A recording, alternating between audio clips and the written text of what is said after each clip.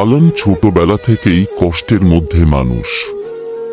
তার বাবা ছিলেন একজন রিকশাওয়ালা। প্রতিদিন ঘাম ঝরিয়ে পরিবারের জন্য চাল কিনে আনতেন।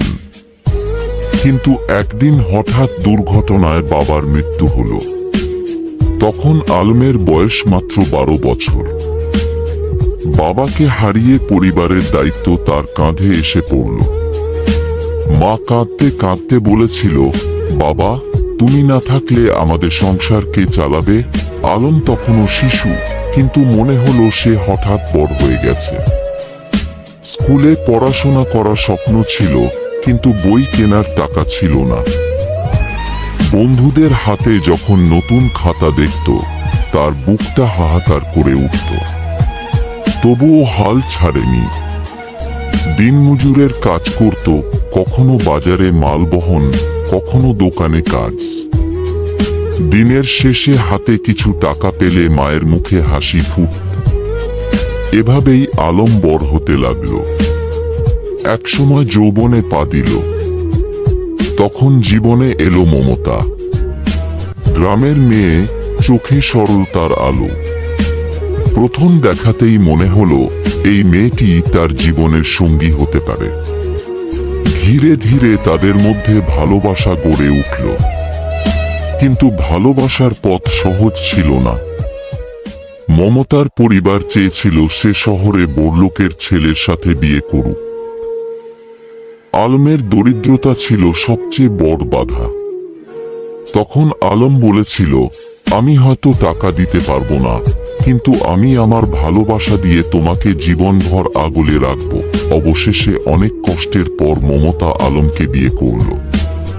সংসার শুরু হলো খালি হাতে।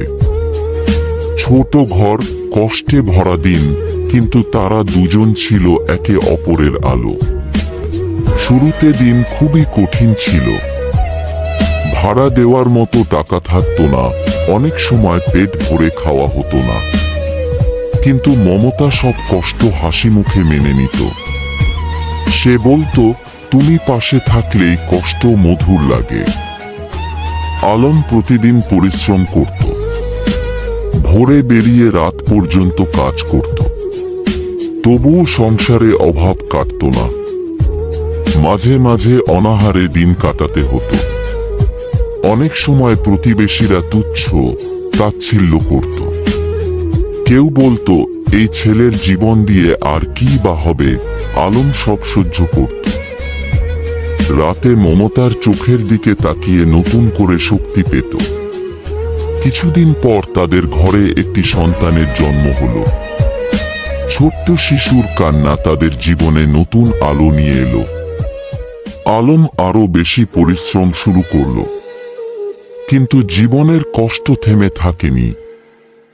বাচ্চা অসুস্থ হলে ওষুধ কেনার টাকা থাকতো না। হাসপাতালের বিছানায় সন্তানের কষ্ট দেখে আলম চোখের পানি লুকিয়ে রাখত। একদিন মমতা অসুস্থ হয়ে পড়ল। ডাক্তার বলল, দীর্ঘদিন অভাবে থাকার কারণে তার শরীর ভেঙে গেছে। আলম মনে করল, পৃথিবীর সব দুঃখ যেন তার কাঁধে এসে পড়েছে।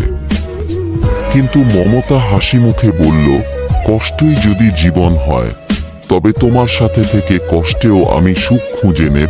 সময় চলতে লাগল। অভাবের অন্ধকার তাদের ঘিরে ধরলেও তারা দুজন একে অপরের হাত শক্ত করে ধরে রেখেছিল। আলম শিখল, জীবনের কষ্ট আসলে মানুষের আসল শিক্ষক। প্রতিটি অভাব তাকে ধৈর্য শিখিয়েছে, প্রতিটি কান্না তাকে শক্ত করেছে। এক রাতে বৃষ্টির মধ্যে আলম কাজ শেষে ভিজে ভিজে ঘরে ফিরল। মাটির ঘরের ভেতর মমতা মোমবাতি জ্বালিয়ে বসেছিল। পাশে তাদের শিশু ঘুমাচ্ছিল। আলম মমতার দিকে তাকিয়ে বলল, আমাদের জীবন হয়তো কখনোই সহজ হবে না, কিন্তু তুমি আর বাচ্চা আছো বলেই আমার প্রতিদিনের কষ্ট সহ্য হয়।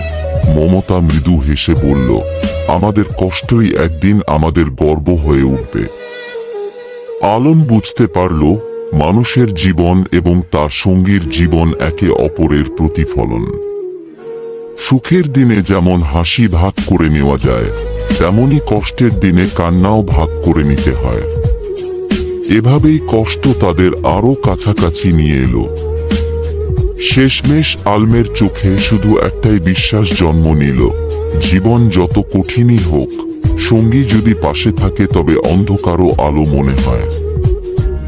বন্ধুরা, যদি গল্পটা তোমাদের ভালো লেগে থাকে তাহলে ভিডিওটিতে একটা সুন্দর লাইক দিয়ে দিও। আর আমাদের সাথে নিয়মিত থাকতে চাইলে অবশ্যই চ্যানেলটি সাবস্ক্রাইব করে পাশে থেকো। তোমাদের লাইক আর সাবস্ক্রাইব আমাদের জন্য অনেক বড় অনুপ্রেরণা।